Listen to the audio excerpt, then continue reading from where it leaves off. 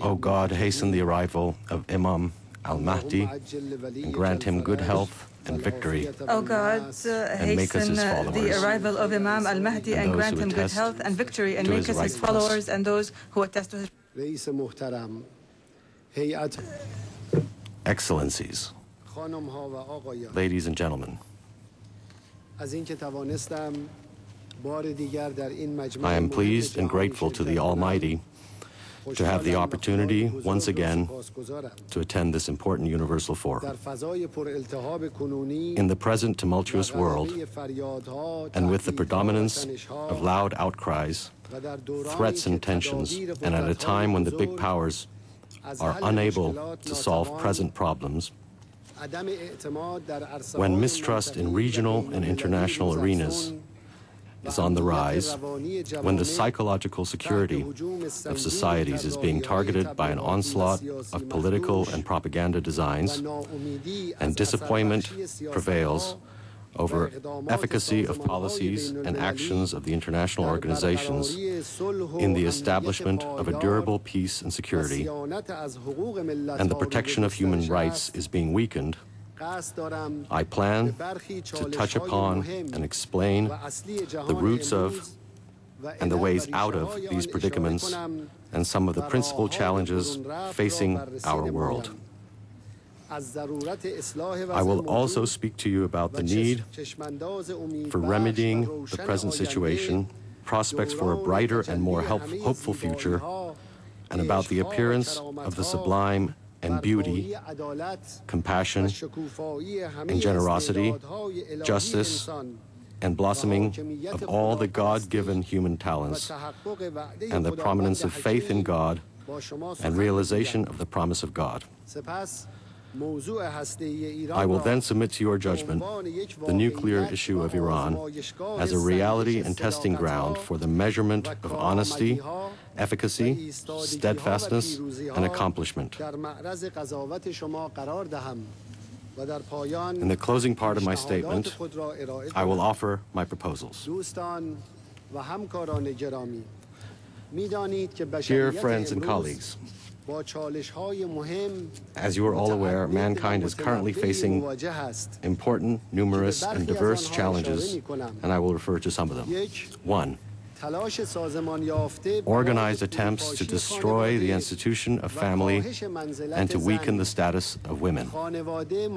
Family is the most sacred and valuable human institution that serves as the center of the purest mutual love and affection amongst mothers, fathers, and children, and as a safe environment for the nurturing of human generations, and a fertile ground for the blossoming of talents and compassion.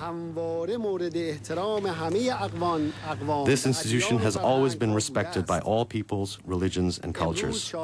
Today, we are witnessing an organized invasion by the enemies of humanity and plunderers to destroy this noble institution that is targeted by promoting lewdness, violence, and by breaking the boundaries of chastity and decency. The precious existence of women as the manifestation of divine beauty and as the peak of kindness, affection, and purity has been the target of heavy exploitation in recent decades by the holders of power and the owners of media and wealth. In some societies, this beloved human has been reduced to a mere instrument of publicity, and all the boundaries and protective shields of chastity, purity, and beauty have been trampled. This is a colossal betrayal of human society, of succeeding generations, and an irreparable blow to the pillar of social coherence, the family. 2. Widespread violations of human rights, terrorism, and occupation. Unfortunately, human rights are being extensively violated by certain powers, especially by those who pretend to be their exclusive advocates.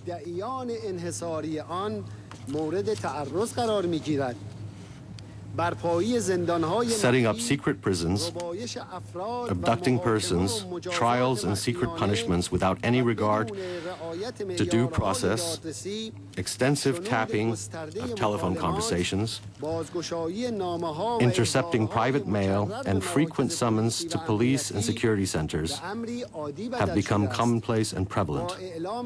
They prosecute scientists and historians for stating their opinions on important global issues. They use various pretexts to occupy sovereign states and cause insecurity and division, and then use the prevailing situation as an excuse to continue their occupation. For more than 60 years, Palestine, as compensation for the loss they incurred during the war in Europe, has been under occupation of the illegal Zionist regime. The Palestinian people have been displaced or are under heavy military pressure, economic siege, or are incarcerated under abhorrent conditions. The occupiers are protected and praised, while the innocent Palestinians are subjected to political, military, and propaganda onslaughts. The people of Palestine are deprived of water, electricity, and medicine for the sin of asking for freedom. And the government that was freely elected by the people is targeted. Terrorists are being organized to attack the lives and property of the people with the blessings of the politicians and military officials of the big powers. The brutal Zionists carry out targeted assassinations of Palestinians in their homes and cities, and terrorists are decorated with medals of peace and receive support from the big powers. On the other hand, they gather a number of Jews from different parts of the world through false propaganda and with the promise of providing them with welfare, jobs, and food, and settle them in the occupied territories, exposing them to the harshest restrictions, psychological pressures, and constant threats. They prevent these people from returning to their homelands, and by coercion and propaganda, induce them to malevolence toward the indigenous Palestinian people. Iraq was occupied under the pretext of overthrowing a dictator and the existence of weapons of mass destruction. The Iraqi dictator, who had been supported by the same occupiers, was disposed of, and no weapons of mass destruction were discovered. But the occupation continues under different excuses. No day passes without people being killed, wounded, or displaced. And the occupiers not only refuse to be accountable and ashamed of their adventure, but speak in a report of a new market for their armaments as a result of their military adventure. They even oppose the Constitution, the National Assembly, and the government established by the vote of the people, while they do not even have the courage to declare their defeat and exit Iraq. Unfortunately, we are witnessing the bitter truth that some powers do not value any nation or human beings, and the only things that matter to them are themselves, their political parties, and their groups.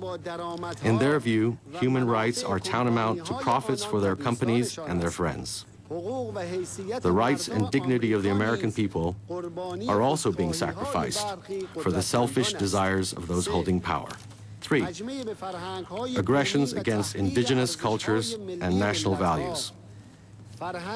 Culture is the manifestation of identity and the key to the survival of nations and the foundation for their interaction with others. In an organized movement, indigenous cultures that are messengers of monotheism, love, and fraternity are being subjected to broad and destructive aggressions. National customs and values are humiliated.